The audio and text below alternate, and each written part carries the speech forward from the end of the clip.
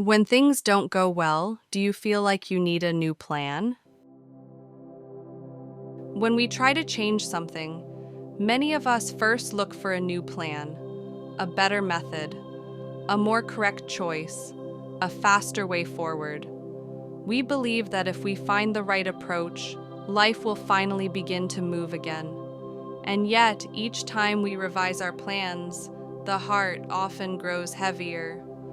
What once felt like a positive step slowly turns into something we have to do.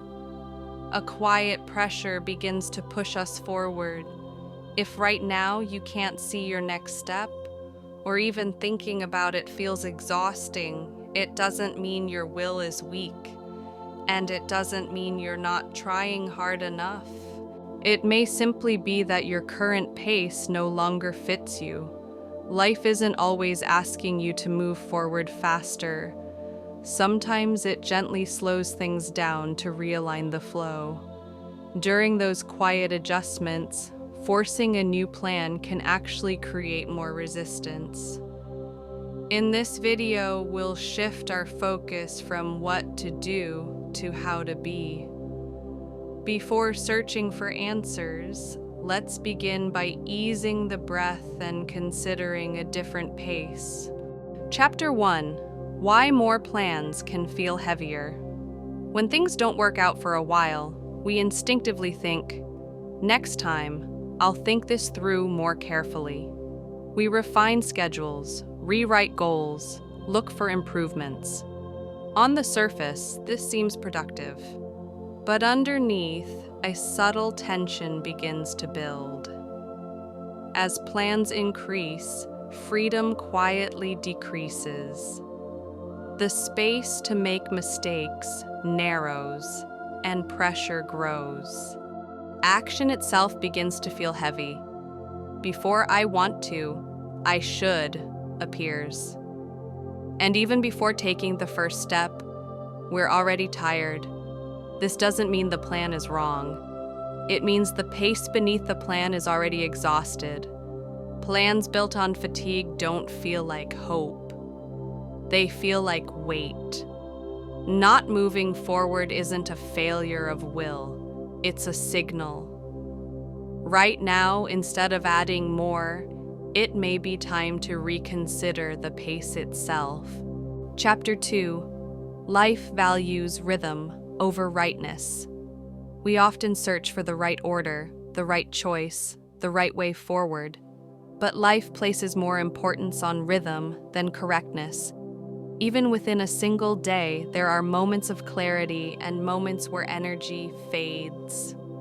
Flow naturally rises and falls. Ignoring that rhythm and forcing a constant speed eventually creates strain. Life works the same way. When others seem to move quickly, we feel pressured to match their pace. But if that speed doesn't fit us, moving forward only increases exhaustion. When rhythm aligns, things unfold effortlessly. What's needed appears in the order it's needed, not because of talent or effort, but because the rhythm fits. If moving forward feels off right now, it doesn't mean you're wrong. It may simply be life saying, this is a different tempo. Before seeking the right answer, pause and listen to the rhythm instead. Chapter 3: Action Arises from Being. The more we think we must act, the heavier the body can feel. Even when we know what to do, our hands hesitate. Our energy doesn't follow. It's easy to assume we lack motivation or resolve, but often action isn't blocked. The inner state that gives rise to action just hasn't settled yet. When we're calm, we don't force action. Instead of I have to, a gentle sense of this feels right emerges. The action may be small, but it doesn't require effort. Plans created from anxiety, however, consume energy before they even begin. When action doesn't last, it's not weakness. It's misalignment between being and doing. Life pays close attention to the inner state from which action emerges. When being aligns, the next step appears without needing to be searched for. Chapter 4. When pace aligns, choices become quiet. When we struggle to choose, we often believe we need more information. We explore alternatives, gather opinions, expand possibilities. But when no decision feels right, it's often not a lack of options. It's a disrupted pace. When the mind is rushed, certainty disappears. When pace aligns, choices arrive quietly. There's no intense comparison, no inner debate, just a simple sense of, this is enough. Life doesn't force decisions. Even pauses in choosing are part of the flow. Time spent not deciding is not delay, it's adjustment. If choosing feels exhausting, ease the pace first. You may find that options naturally fall away, leaving only what truly fits. Chapter 5. A new pace doesn't need to be created. A new pace can sound like something you have to build, change habits, rearrange life, fix yourself. But true pace isn't created from the outside, it's something you return to. As tension softens and excess effort releases, your natural rhythm re-emerges. Life isn't trying to move you toward an ideal speed. It's simply guiding you back to what feels sustainable. You don't need to rush.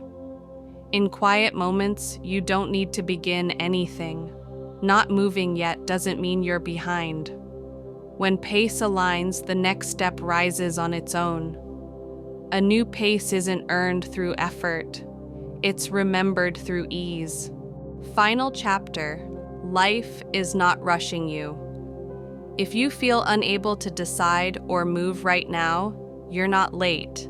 Life isn't rushing you. Comparison can make it feel as though you've stopped.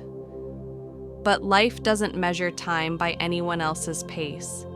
You have your own rhythm, your own timing. As we've seen, what's needed isn't a new plan, but a pace that feels honest. When urgency rises, life often grows quieter. Not to stop you, but to guide you back to balance. You don't need to prove anything right now. Even without results, your value remains unchanged. When pace aligns, flow resumes naturally.